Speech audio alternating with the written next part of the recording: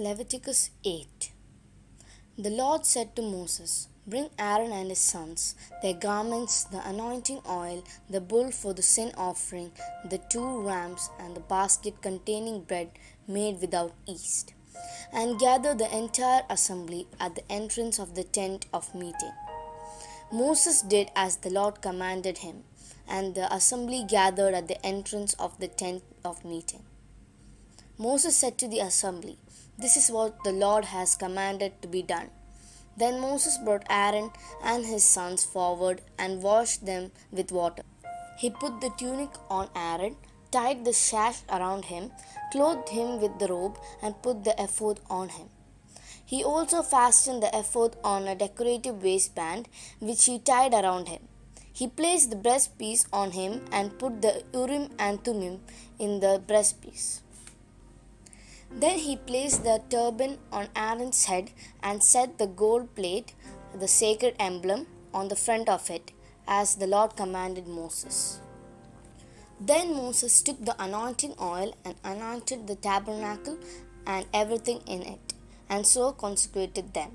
He sprinkled some of the oil on the altar 7 times, anointing the altar and all its utensils and the basin with its stand to consecrate them. He poured some of the anointing oil on Aaron's head and anointed him to consecrate him.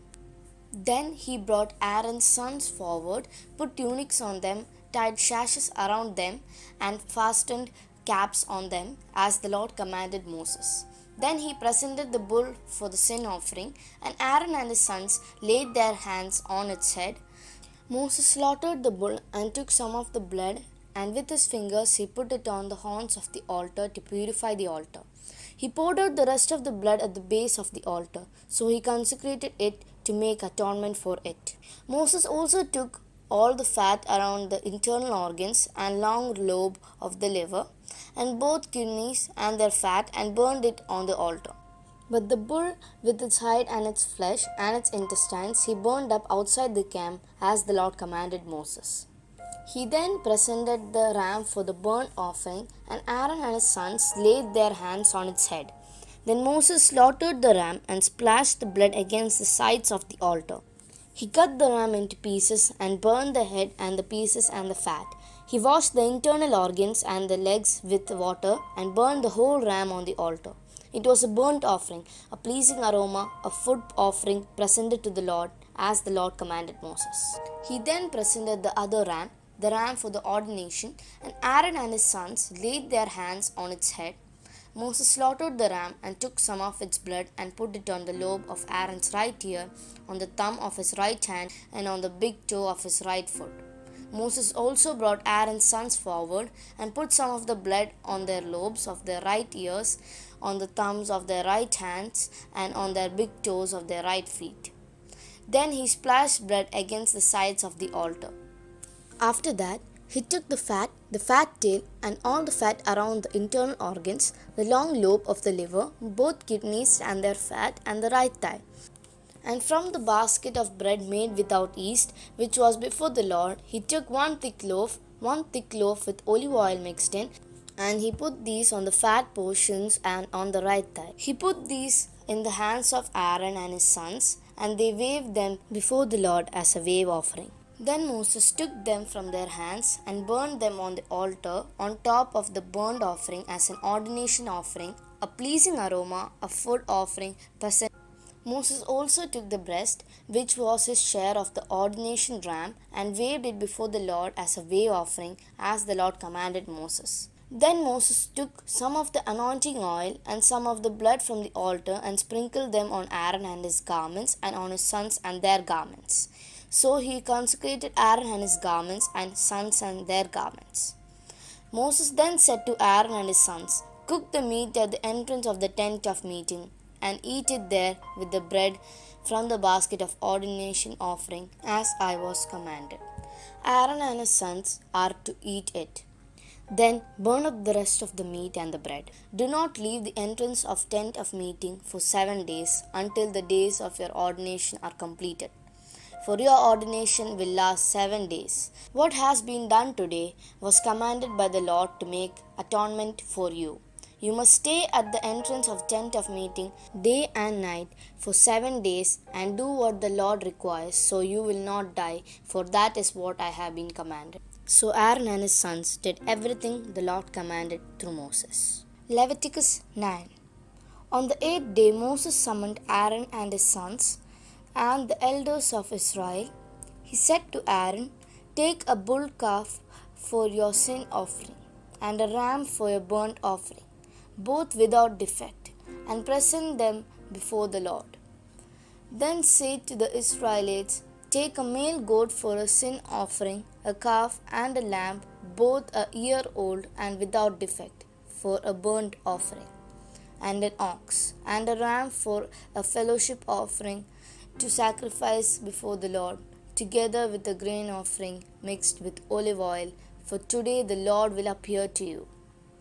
They took the things Moses commanded to the front of the tent of meeting, and the entire assembly came near and stood before the Lord. Then Moses said, "This is what the Lord has commanded you to do, so that the glory of the Lord may appear to you." Moses said to Aaron, "Come to the altar and sacrifice your sin offering and your burnt offering, and make atonement for yourself and the people. Sacrifice the offering that is for the people, and make atonement for them, as the Lord has commanded." So Aaron came to the altar and slaughtered the calf as a sin offering for himself. His sons brought the blood to him, and he dipped his finger into the blood and put it on the horns of the altar. The rest of the blood he poured out at the base of the altar. On the altar he burned the fat, the kidneys, and the long lobe of the liver from the sin offering, as the Lord commanded Moses. The flesh and the hide he burned up outside the camp. Then he slaughtered the burnt offering. His sons handed him the blood, and he splashed it against the sides of the altar. They handed him the burnt offering piece by piece, including the head, and he burned them on the altar. He washed the internal organs and the legs and burned them on top of the burnt offering on the altar. Aaron then brought the offering that was for the people. He took the goat for the people's sin offering and slaughtered it and offered it for a sin offering, as he did with the first one. He brought the burnt offering and offered it in the prescribed way. He also brought the grain offering, took a handful of it, and burned it on the altar in addition to the morning's burnt offering. He slaughtered the ox and the ram as a fellowship offering for the people. His sons handed him the blood, and he splashed it against the sides of the altar.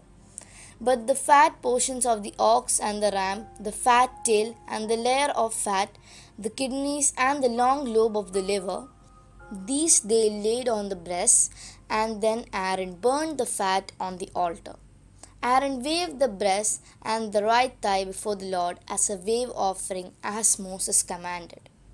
Then Aaron lifted his hands towards the people and blessed them. And having sacrificed the sin offering, the burnt offering, and the fellowship offering, he stepped down. Moses and Aaron then went into the tent of meeting. When they came out, they blessed the people, and the glory of the Lord appeared to all of them. Fire came out from the presence of the Lord and consumed the burnt offering and the fat portions on the altar. And when all the people saw it, they shouted for joy and fell face down. Leviticus 10. Aaron's sons Nadab and Abihu took their censers, put fire in them, and added incense. And they offered unauthorized fire before the Lord, contrary to his command. So fire came out from the presence of the Lord and consumed them, and they died before the Lord. Moses then said to Aaron, "This is what the Lord spoke of when he said, 'Among those who approach me, I will be proved holy. In the sight of all the people, I will be honored.'" Aaron remained silent. Moses summoned Mishael and Elzaphan, sons of Aaron's uncle Uzziel, and said to them, "Come here, carry your cousins outside the camp, away from the front of the sanctuary." So they came and carried them still in their tunics outside the camp as Moses ordered. Then Moses said to Aaron and his sons Eleazar and Ithamar, "Do not let your hair become unkempt, and do not tear your clothes, or you will die, and the Lord will be angry with the whole community. But your relatives, all the Israelites, may mourn for those the Lord has destroyed by fire. Do not leave the entrance to the tent of meeting, or you will die, because the Lord's anointing is on you." So they did as Moses said. Then the Lord said to Aaron, "You and your sons are not to drink wine or other fermented drink whenever you go into the tent of meeting, or you will die. This is a lasting ordinance for the generations to come, so that you can distinguish between the holy and the common, between the unclean and the clean. And so you can teach the Israelites all the decrees the Lord has given them through Moses." Moses said to Aaron and the remaining sons, Eleazar and Ithamar, "Take the grain offering left over from the food offerings, prepared without yeast, and present it to the Lord, and eat it beside the altar, for it is most holy. Eat it in the sanctuary area, because it is your share and your son's share of the food offerings presented to the Lord. For so I have been commanded. But you and your sons and your daughters may eat the breast that was waved and the thigh that was presented. Eat them in the ceremonial clean place. They have been given to you and your children as your share of the Israelites' fellowship offering. The thigh was presented, and the breast that was waved must be brought with the fat portions of the food offerings, to be waved before the Lord as a wave offering. This will be the perpetual share for you and your children, as the Lord has commanded." When Moses inquired about the goat of the sin offering and found that it had been burned up, he was angry with Eleazar and Ithamar, Aaron's remaining sons, and asked, "Why didn't you eat the sin offering in the sanctuary area? It is most holy. It is given to you to take away the guilt of the community by making atonement for them before the Lord. Since its blood was not taken into the holy place, you should have eaten the goat in the sanctuary area as I commanded." Aaron replied to Moses, "Today they sacrifice the sin offering and the burnt offering before the Lord. But such things as this have happened to me. Would the Lord have been pleased if I had eaten the sin offering today?" When Moses heard this, he was satisfied. Leviticus 11. The Lord said to Moses and Aaron, "Say to the Israelites, of all the animals that live on land, these are the ones you may eat. You may eat any animal that has a divided hoof and that chews the cud. There are some that only chew the cud or only have divided hoof, but you must not eat them. The camel, though it chews the cud, does not have a divided hoof. It is ceremonially unclean for you. The hyrax, though it chews the cud, does not have a divided hoof. It is unclean for you. The rabbit, though it chews the cud, does not have a divided hoof. It is unclean for you. And the pig, though it has a divided hoof, does not chew the cud. It is unclean for you. You must not eat their meat or touch their carcasses. They are unclean for you. Of all the creatures living in the water of the seas and the streams, you may eat any that has fins and scales. But all creatures in the seas or streams that do not have fins and scales, whether among all the swarming things or among all the other living creatures in the water, you are to regard as unclean. And since you are to regard them as unclean, you must not eat their meat. You must regard their carcasses as unclean. Anything living in the water that does not have fins and scales is to be regarded as unclean by you. These are the birds you are to regard as unclean and not eat because they are unclean: the eagle, the vulture, the black vulture, the red kite, any kind of black kite, any kind of raven, the horned owl, the screech owl, the gull, any kind of hawk, the little owl, the cormorant, the great owl, the white owl, the desert owl, the osprey, the stork, any kind of heron, the hoopoe, and the bat. All flying insects that walk on all fours are to be regarded as unclean by you. There are, however, some flying insects that walk on all fours that you may eat. Those have joint legs for hopping on the ground. Of these, you may eat any kind of locust, katydid, cricket, or grasshopper. But all other flying insects that have four legs, you are to regard as unclean. You will make yourself unclean by these. Whoever touches their carcasses will be unclean till evening. Whoever picks up one of their carcasses must wash their clothes, and they will be unclean till evening. Every animal that does not have divided hoof or that does not chew the cud is unclean for you. Whoever touches the carcass of any of them will be unclean. Of all the animals that walk on all fours, those that walk on their paws are unclean for you. Whoever touches their carcasses will be unclean till evening. Anyone who picks up their carcasses must wash their clothes, and they will be unclean till evening. These animals are unclean for you.